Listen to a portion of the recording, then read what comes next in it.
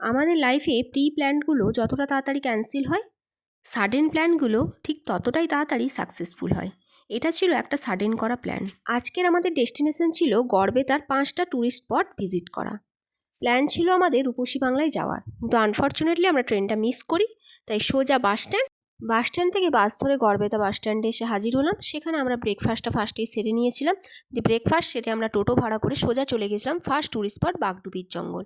এখানে আগে শুনেছি বাঘ জল খেতে আসতো, কিন্তু এখন বাঘ না আসলেও হাতি কিন্তু এখানে এসেই থাকে। তো ওই ট্যুরিস্ট স্পটটা আমরা ভিজিট করে তারপর চলে এসেছিলাম 12 শিবলিঙ্গের মন্দিরে। এখানে প্রত্যেকটা মন্দিরে আলাদা আলাদা নামে মহাদেব বিরাজ করছেন। 12টা আলাদা আলাদা শিব মন্দির রয়েছে এবং একটা বিষ্ণুর মন্দির রয়েছে। এখানের পুরোহিতের কথা অনুযায়ী ইনি মহাদেব স্বপ্নাদেশে এখানে বিরাজ করছেন। যেহেতু এখানে বিষ্ণুর মন্দির আছে, তাই পুরোহিতের কথা অনুযায়ী এখানে রাস উৎসব খুব বড় করে পালন করা হয় এবং সামনেই রয়েছিল একটি বড় মার্কেট। তারপর ওখান থেকে বেরিয়ে আমরা সোজা চলে গেছিলাম গড়বেতার মা সর্বমঙ্গলার মন্দির। পুরো মন্দিরটাতে ক্যামেরা টোটালি বন্ধ, সেই কারণে মায়ের কোনো ছবি ভিডিও কোনো কিছুই নিতে পারিনি। মায়ের কৃপাতেই আগে থেকে কুপন না কাটলেও আমরা ওই দিন দুপুরে মায়ের অন্নভোগ গ্রহণ করতে পেরেছিলাম।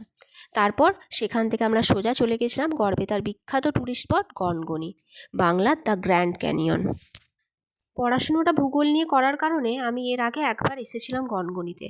আবার এটা নিয়ে আমার সেকেন্ড টাইম ভিজিট করা।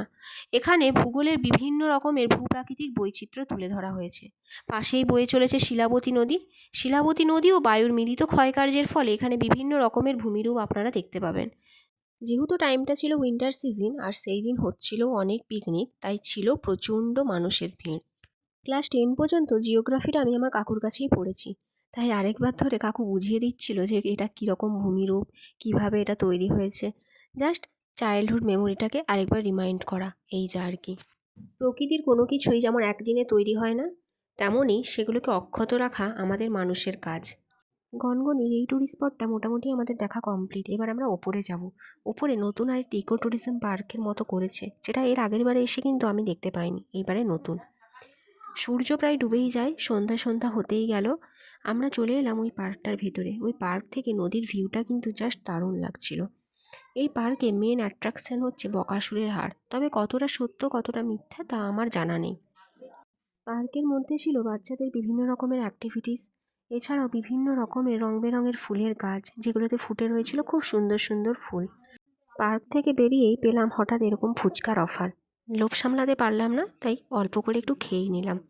ফুচকা খেয়ে সোজা টোটো ধরে আমরা রওনা দিলাম স্টেশনের উদ্দেশ্যে। সেই রূপরী বাংলা ট্রেন, যে ট্রেনটা আমরা সকালে মিস করেছিলাম, সেই ট্রেনটাতেই আমাদের রিটার্ন করার পালা। ট্রেনও যথাসময়ে এসে হাজির, আর আমরাও এবারে কিন্তু একদম মিস করিনি। উঠে গেলাম ট্রেনে, সোজা চলে এলাম মেদিনীপুর স্টেশন। আজকের আমাদের যাত্রা এখানেই শেষ। দেখা হচ্ছে খুব তাড়াতাড়ি পরের একটা ভিডিওতে। বাই।